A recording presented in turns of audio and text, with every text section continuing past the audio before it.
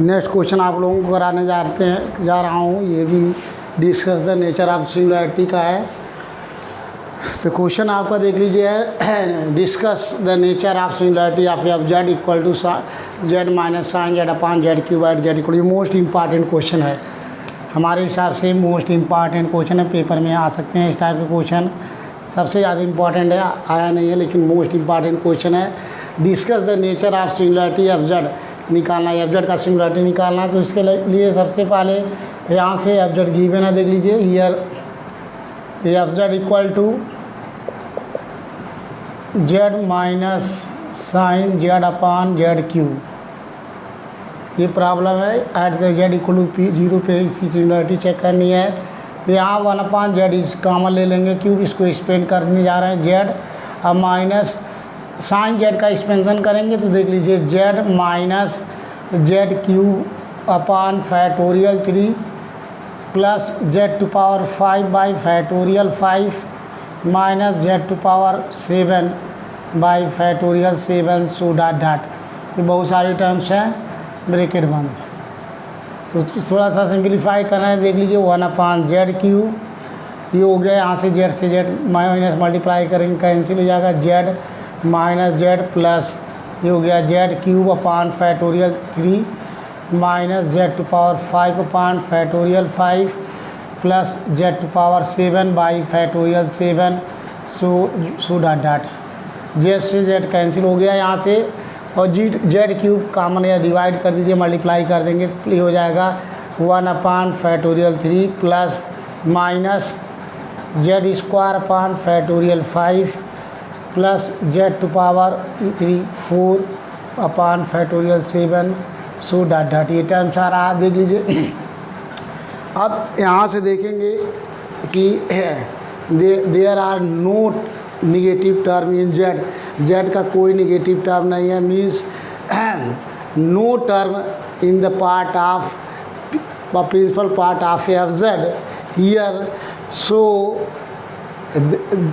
This is removal of singularity कह सकते हैं। रिमूवल ऑफ सिंगुलैरिटी मीन्स कि इसमें कोई part of negative part of Z नहीं है। The power of Z not negative, Z का पावर नेगेटिव नहीं है, all terms are positive term of Z, so there is no singularity here. Singularity होने के लिए जो है जेड का पावर नेगेटिव होना चाहिए, negative power Z of negative नहीं है, सारे टर्म्स पॉजिटिव है, तो देयर इज नो लिख सकते हैं। Since there is most important question है, since there is no terms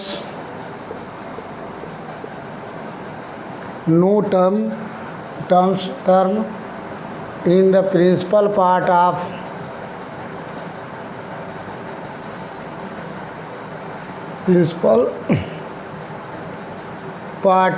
fz, since there is no term in the principal part of fz,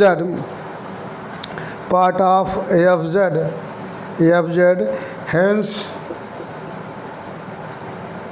z equal to 0 is a removable singularity, hence z equal to 0 is a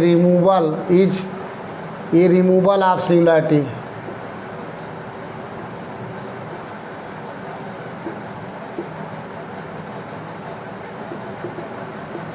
क्योंकि अगर z equal to 0 का put करते हैं तो कोई फर्क नहीं पड़ेगा, no is removal of singularity हो गया, क्योंकि इसमें नो टर्म्स इन जो है principal part of F Z, इसलिए there is removal of singularity. Next question कराने जा रहे हैं आपको, क्वेश्चन नंबर 6 है, छोटे छोटे क्वेश्चन सब हैं, ये 2005 में शायद आया हुआ है और भी आया होगा, 9 में आया हुआ है ये। और क्वेश्चन है find the singularity of the function, find the singularity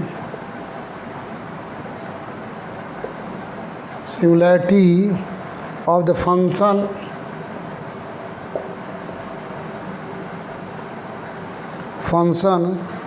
gz equal to ये हो गया आपका e to power 1 upon Z divide by Z square. ये क्वेश्चन है, देख लीजिए। यहाँ से इसको सॉल्व करेंगे। हियर सारे क्वेश्चन छोटे छोटे क्वेश्चन है। Here G Z equal to E to power 1/z divide by Z square. इसको अगर एक्सपेंड करना चाहते हैं, देख लीजिए 1/z स्क्वायर हो गया। ई टू पावर 1/z का एक्सपेंशन करेंगे तो 1 हो गया 1/z into 1/(1) plus 1/z square into 1/(2) plus 1/z³ into 1/(3) plus dot ये हो गया 1/z⁴n into 1/(n) plus dot. ये टर्म फाइंड हो रहा है, देख लीजिए। तो यहाँ अगर z का मल्टीप्लाई भी कर दीजिए बड़ी टर्म में, तो यहाँ से हो गया 1/z square plus 1/z³ plus 1/z⁴ into 1/(2) plus 1/z⁵ 1/(3) plus dot. ये हो गया आपका plus 1/z⁴n plus 2 into 1/(n) plus 2। देख लीजिए इसमें infinite number of terms in negative power of z है। इसका मतलब ये इसेंशियल तो है ही, इसेंशियल सिंगुलरिटी है, और ये एन आइसोलेटेड इसेंशियल सिंगुलरिटी है। तो यहाँ लिख सकते हैं ये आइसोलेटेड सिंगुलरिटी इसेंशियल सिंगुलरिटी है।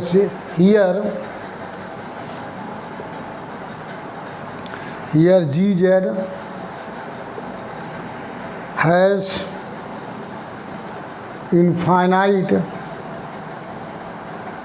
infinite number of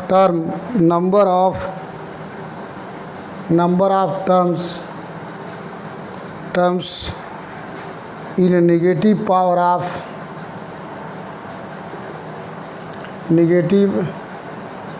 power of z, hence fz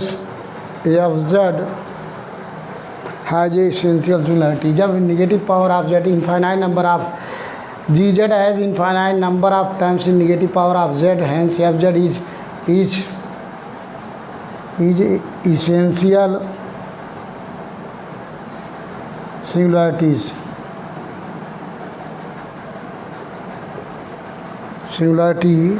at z equal to 0। z equal to 0 पे इसेंशियल सिंगुलरिटी होगी। ये क्वेश्चन आपका 2009 में आ चुका है। क्वेश्चन नंबर 6 है। एक लास्ट और क्वेश्चन है इस फार्मूले बेस, उसके बाद आपको ये ख़त्म होता है, फिर नया टॉपिक डिस्कस करेंगे। इसमें है क्वेश्चन नंबर 7।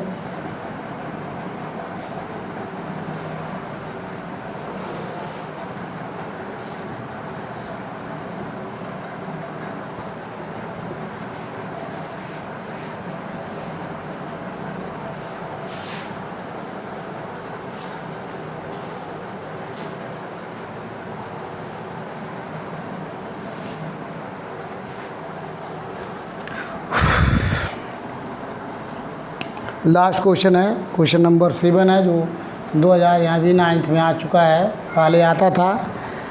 अब discuss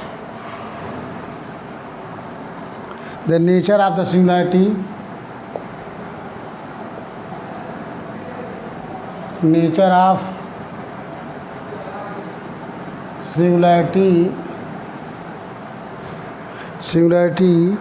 of fz equal to sine 1/z at z equal to 0 पे सॉल्व करना है इसको। तो यहाँ से भी देख लीजिए, लास्ट क्वेश्चन है इसका solution. Here fz equal to sine 1/z है। यहाँ से भी इसको एक्सपेंड कर दीजिए। एक्सपेंड करेंगे बाद में जो है आपको ये डिमॉर्गन थ्योरम में एक्सपेंड है 1/z और माइनस 1/z का cube into 1/(3) plus 1/z⁵ into 1/(5) सो डॉट। ये इनफाइनाइट टर्म अब देख लीजिए, z की पावर जो है निगेटिव है, यहाँ से लिख सकते हैं 1/z और माइनस लिख सकते हैं 1/z³ into 3 plus 1/z⁵ Z to power 5 into 1/5 so dot ये टर्म्स है निगेटिव पावर ऑफ जब जेड है तो हियर या hence here F Z has negative power of Z has infinite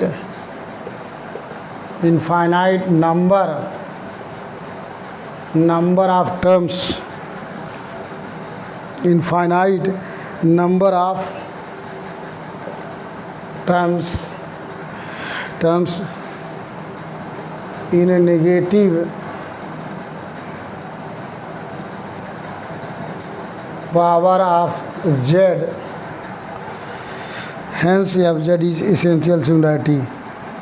एकदम दोनों क्वेश्चन सेम टाइम है। Hence F Z is essential singularity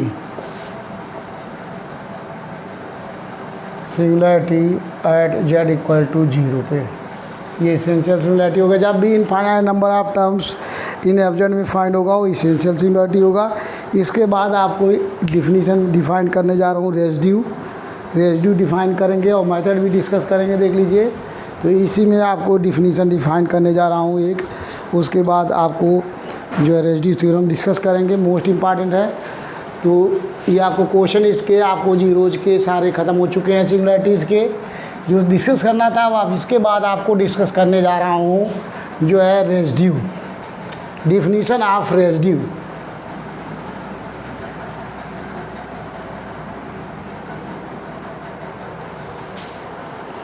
next topic है आपका definition of residue.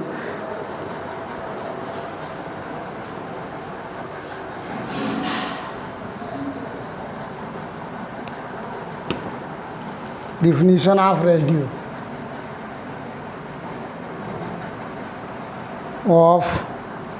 definition of the residue at a pole।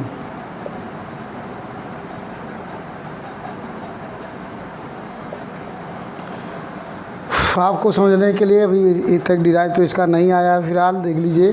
Definition of the residue at a pole, late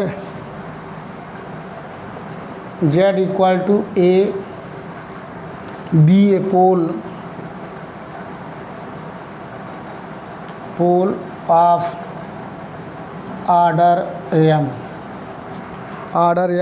of a function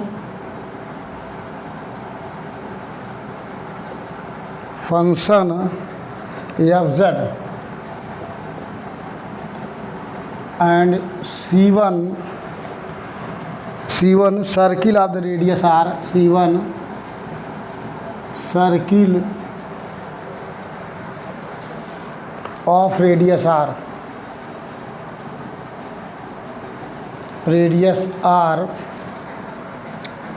with centre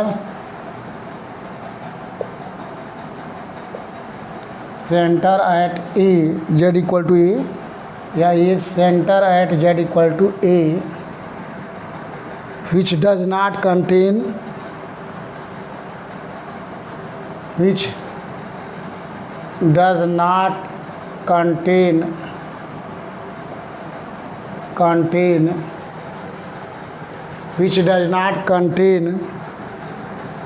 any other singularity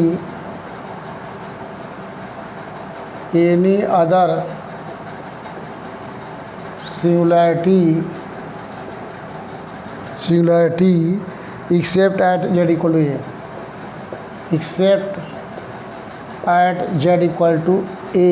definition है आपको, then F Z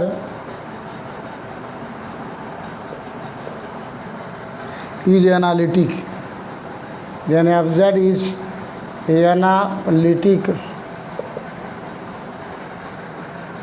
within the annulus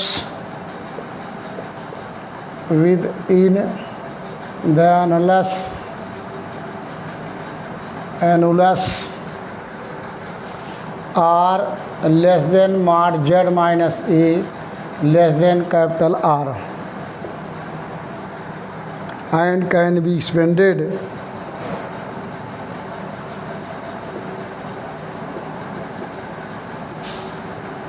can be expanded within the annulus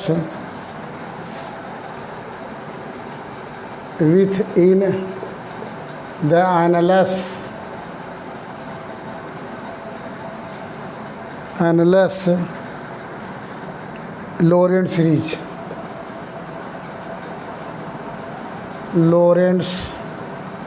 series देखिए discuss कर रहे हैं लॉरेंट्ज, हमको residue discuss करना है। तो ये डिफिनीशन है, डिफिनीशन अभी तक नहीं आया हुआ है।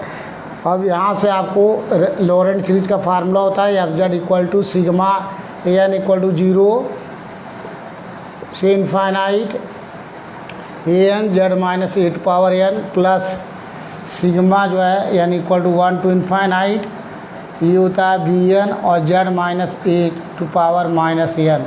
ये लॉरेंट्ज सीरीज है, इसको बना लेंगे equation first where A N equal to 1/2 pi iota contour integral C1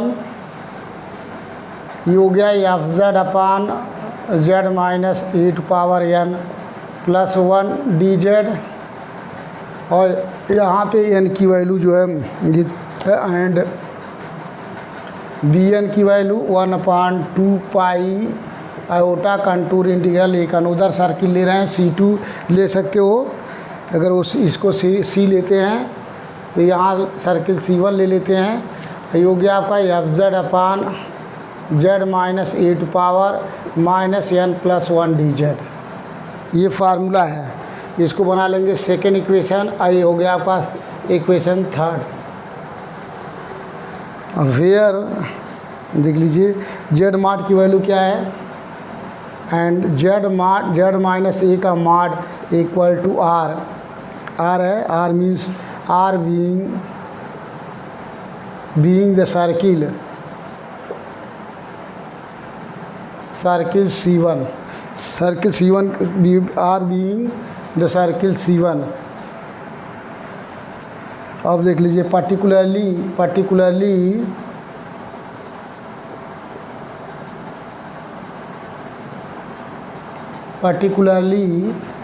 if अगर एन की वैल्यू यहाँ पुट कर दे N equal to 1, particularly if put N equal to अगर इसमें 1 पुट कर देते हैं, particularly put N equal to 1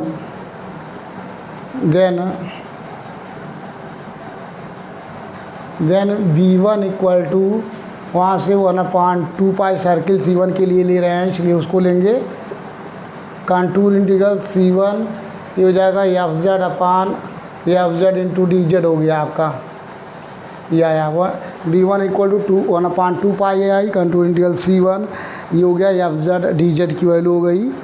अब देख लीजिए the coefficient B1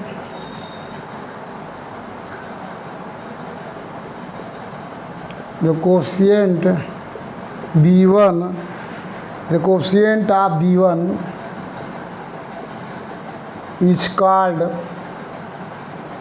is called residue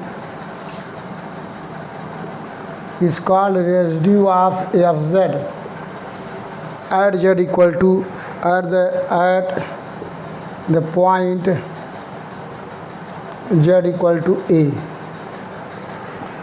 at the point या एट द पोल्स, दोनों बहुत आर सेम है। पॉइंट जो इसको पोल से लिख सकते हैं जो कि पोल डिस्कस कर रहे हैं।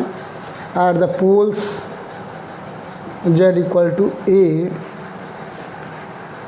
Day and denoted by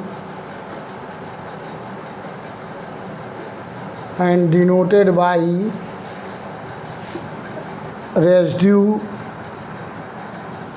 and denoted by इसको डिनोट करेंगे residue z equal to A equal to B1 से डिनोट करेंगे। रेसिड्यू ये हो जाएगा or residue z equal to A पे, residue z equal to A, ये B1 इस डिनोट करेंगे। B1 means the coefficient of B1 is called residue of F का रेसिड्यू कहलाएगा at the pole Z equal A. Residue of F Z इसको ऐसे लिख सकते हैं residue of F Z of F Z at Z equal to A इस, इसको ऐसे डिनोट करेंगे, ये हो जाए इज़ ए, ये हो गया आपका ए इज़ बी वन, ये है residue of F Z at Z equal to A is B one, ठीक है, या बी वन से डिनोट करेंगे। फार्मूला हो गया residue of F Z at Z equal to A is B one. So ये फार्मूला नेक्स्ट आपको topic अब इसमें डिस्कस करेंगे। मोस्ट इंपॉर्टेंट जो क्वेश्चन के लिए सॉल्व होगा, इम्पॉर्टेंट है काची रेजिड्यू थ्योरम और theorem the residue. Next videos में कराएंगे आपको, शेयर कीजिए और सब्सक्राइब कीजिए और सॉल्व कीजिए, और नेक्स्ट वीडियोज़ में आपको मोस्ट इंपॉर्टेंट टॉपिक कराने जा रहा हूँ, इसको शेयर कीजिए और सब्सक्राइब कीजिए।